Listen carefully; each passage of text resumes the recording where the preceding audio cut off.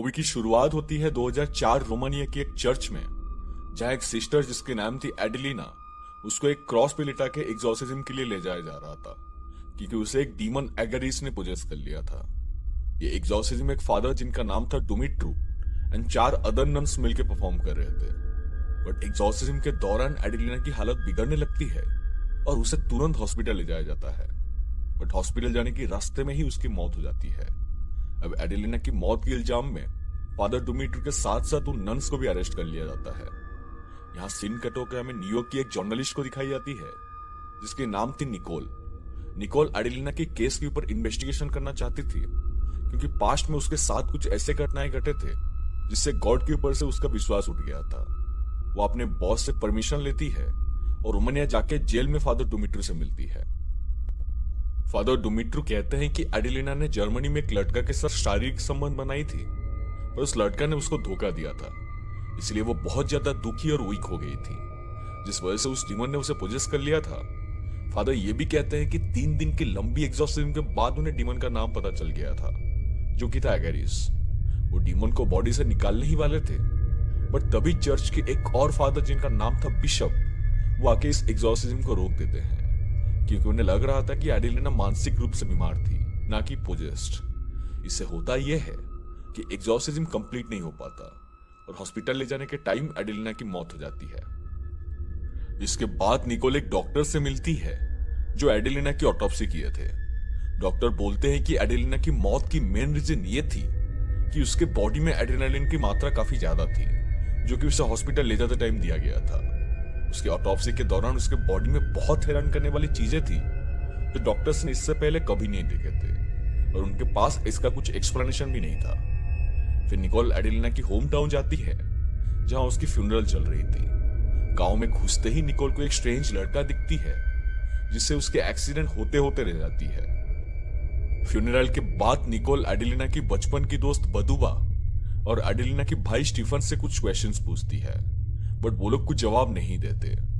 बदुआ बस इतना कहती है कि फादर ने एडेलिना को नहीं मारा है। निकोल फिर से फ्यूनरल हॉल में जाती है और एडेलिना की बॉडी को देखती है। वहां अचानक जोर से हवा चलने लगती है और सारे कैंडल्स बुझ जाते हैं। एडेलिना की हालत देखकर निकोल को उसके ऊपर बहुत तरस आ रही थी। तभी अचानक निकोल को नीचे कुछ खून की बूंदें दिखती है, जिसका पीछा करते करते वो एक अंडरग्राउंड रूम में पहुंच जाती है। वो रूम के अंदर एक क्रॉस देखती है जिसके ऊपर एग्जॉर्सिज्म के दौरान एडेलिना को लेटाया गया था। निकोल कुछ फोटोज लेने लगती है, पर तभी वहां फादर बिशप पहुंच जाते हैं और निकोल को वहां से बाहर निकाल देते हैं। निकोल वहां से निकल के उसे टाउन के एक होटल में रुकती है। गांव में कुछ फेस्टिवल का अरेंजमेंट चल रहा था। होटल की मैनेजर से पूछने पर वो बताता है कि पहले जब भी कोई नन पोजेस्ड होकर मर जाती थी तो गांव के लोग अलग अलग तरह का मास्क पहन के उसके हार्ट को निकाल लेते थे एंड उसे जला के उसकी राख पीते थे, ताकि और किसी के साथ ये ना हो। बट ये रिचुअल पहले के टाइम में किया जाता था और अभी लोग खाली मास्क पहन के सेलिब्रेट करते हैं। इसके बाद निकोल का मुलाकात होता है फादर एंटोन से, जिनसे निकोल कुछ सवाल करती है। फादर एंटोन को सवालों का जवाब देके उसे बोलते हैं कि ज्यादा जानकारी के लिए आप फादर बिशप से मिलिए। फादर बिशप से मिलने के बाद बिशप बोलते हैं कि एडेलिना पोजेस्ड नहीं थी, वो दिमागी रूप से बीमार थी। जब से वो जर्मनी से आई थी उसकी दिमागी हालत बिगड़ गई थी। बिशप फादर डुमिट्रू के बारे में भी बोलते हैं कि फादर डुमिट्रू हमेशा से ही चर्च का अनुमति ना लेकर लोगों के ऊपर एग्जॉर्सिज्म्स करते थे, इसलिए एडेलिना के केस में भी चर्च की तरफ से उन्हें कोई भी सपोर्ट नहीं मिला था। बिशप की बातें सुनने के बाद निकोल काइंड ऑफ कन्विंस हो जाती है कि फादर डुमिट्रू ही एडेलिना की मौत का जिम्मेदार है, और उनके खिलाफ सबूत हासिल करने वो चर्च में जाती है जहां एडेलिना की एग्जॉर्सिज्म हुई थी। निकोल उस कमरे में जाती है जहां पहले एडेलिना को रखा गया था। निकोल को वहां एडेलिना की एक नाखून मिलती है और उसने डेविल के खिलाफ जो लड़ाई उस रूम में की थी उसकी कुछ एहसास होती है। पर तभी अचानक निकोल खिड़की के बाहर वही स्ट्रेंज लड़का को देखती है जिसको उसने गांव में आते ही देखा था, और बहुत ही ज्यादा डर जाती है। चर्च से बाहर आने के बाद निकोल फिर से उस लड़का को देखती है जो कि एक अजीब सा पोस्चर में खड़ा हो जाता है।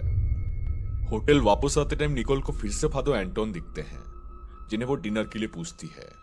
डिनर के दौरान एंटोन एग्जॉर्सिज्म के बारे में बताते हुए बोलते हैं कि एग्जॉर्सिज्म के 4 स्टेजेस होते हैं।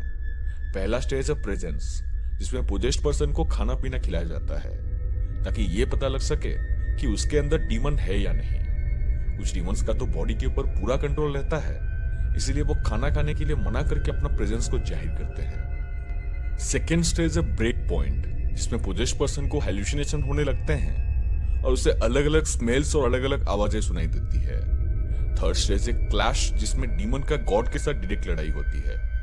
इसके बाद या तो वो पोजेस्ड पर्सन के शरीर में रह जाएगा या सीधा हेल में जाएगा।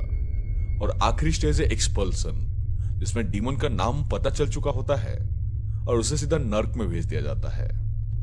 एंटोन ये भी कहते हैं कि एडेलिना की केस में एग्जॉर्सिज्म कंप्लीट ना होने के कारण वो डीमन आजाद हो गया था और अभी वो अपना अगला शिकार ढूंढ रहा होगा।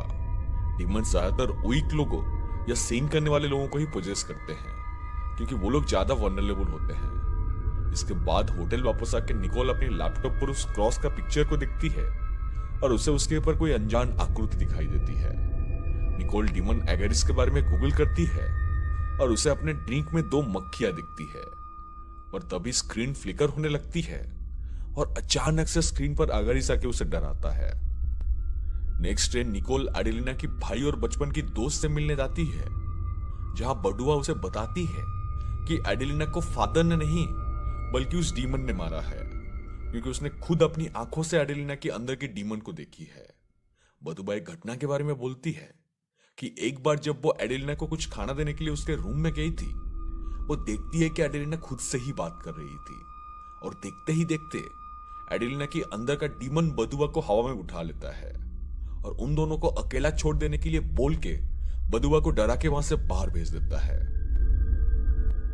बदुबा यह भी कहती है कि जर्मनी में एडेलिना एक नानी का काम किया करती थी और उसे वहां एक लड़का से प्यार हो गया था, पर उसके साथ शारीरिक संबंध रखने के बाद वो लड़का उसे धोखा दिया था और एडेलिना अपनी इसी गिल्ट को मन में लेकर फिर से अपने गांव लौट आई थी और सीधा एक फादर से मिलके गॉड से इस सीन के लिए माफी मांगने आई थी।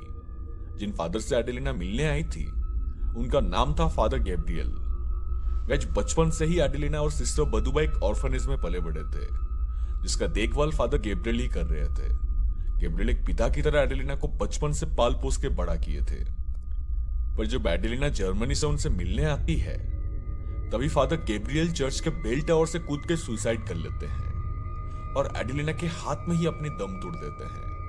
Now this was too much for her, क्योंकि जर्मनी में प्यार का धोखा, पिता समान व्यक्ति की मृत्यु, एडेलिना अंदर से बहुत ही ज्यादा कमजोर हो गई थी और इतनी वल्नरेबल होने से डीमन को एक इजी टारगेट मिल गया था और डीमन उसे धीरे धीरे पोजेस करना शुरू कर दिया था। एडेलिना धीरे धीरे चर्च के अंदर जाने से डरने लगती है, उसके बॉडी के अलग अलग जगहों से मक्खियां निकलने लगती है और ऐसे ही डीमन धीरे धीरे एडेलिना की पूरा बॉडी को काबू कर लेता है। एक बार तो एग्जॉर्सिज्म के दौरान डीमन अपनी शक्ति से वहां बारिश करवा देता है, जो कि होली वाटर को मॉक कर रहा था। ये सब सुन के निकोल घर वापस आती है और रास्ते में उसे फादर एंटोन मिलते हैं और यहाँ दोनों की बातचीत से हमें निकोल की पास्ट के बारे में पता चलती है। गाइस, निकोल की मां को कैंसर था, पर निकोल को यह बात उन्होंने तब बताई जब वो इसके आखिरी स्टेज में थे। निकोल कुछ रिसर्च करके ऐसे ट्रीटमेंट के बारे में पता लगाई थी जिससे निकोल की मां और कुछ दिनों के लिए जिंदा रह सकती थी, पर वो ट्रीटमेंट लेने से मना कर देती है और बोलती है कि वो अभी गॉड के साथ है। निकोल बोलती है कि उस ट्रीटमेंट का सक्सेस रेट 90% था।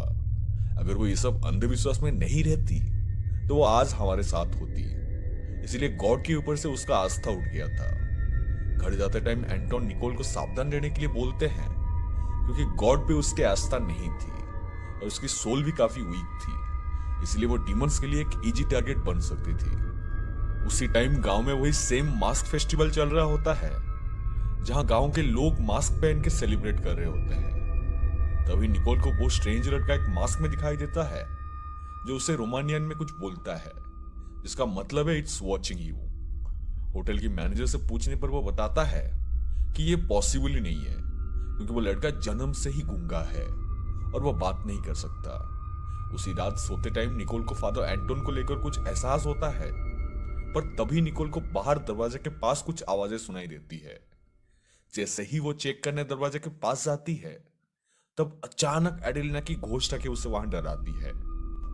नेक्स्ट डे जब निकोल नहा रही होती है तो फादर एंटोन वहां आते हैं और निकोल को एक वाइन की बोतल गिफ्ट करते हैं। उसके बाद हमें एंटोन और निकोल के बीच कुछ शारीरिक संबंध बनते हुए दिखते हैं। नेक्स्ट डे जब निकोल सो के उठती है तो उसे फादर एंटोन का एक नोट दिखाई देती है जिसपे लिखा था कि वो इतनी टायर्ड थी कि बस एक ग्लास वाइन पीने के बाद सो गई थी।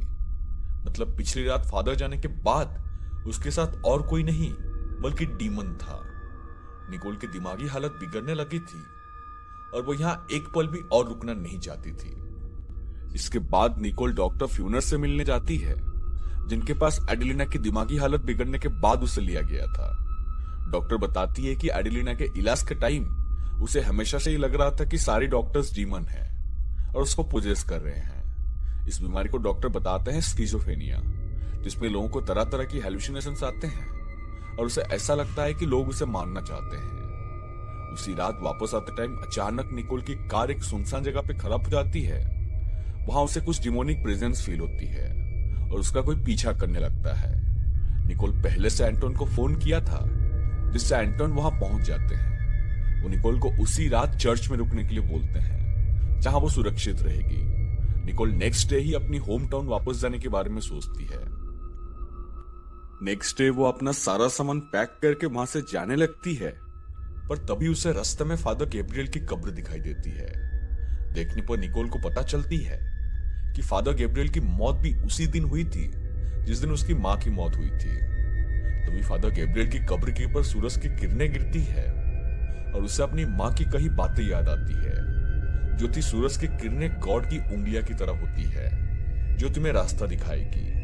तभी निकोल को दिमाग में एक बात स्ट्राइक करती है कि हो ना हो फादर गैब्रियल मरते टाइम पोजेस्ड थे और उनकी मौत एडेलिना की बाहों में हुई थी। फादर एंटोन के हिसाब से डीमन फिजिकल टच से भी एक कमजोर पर्सन को पोजेस कर सकता है, तो फादर गैब्रियल से डीमन एडेलिना को पोजेस किया होगा।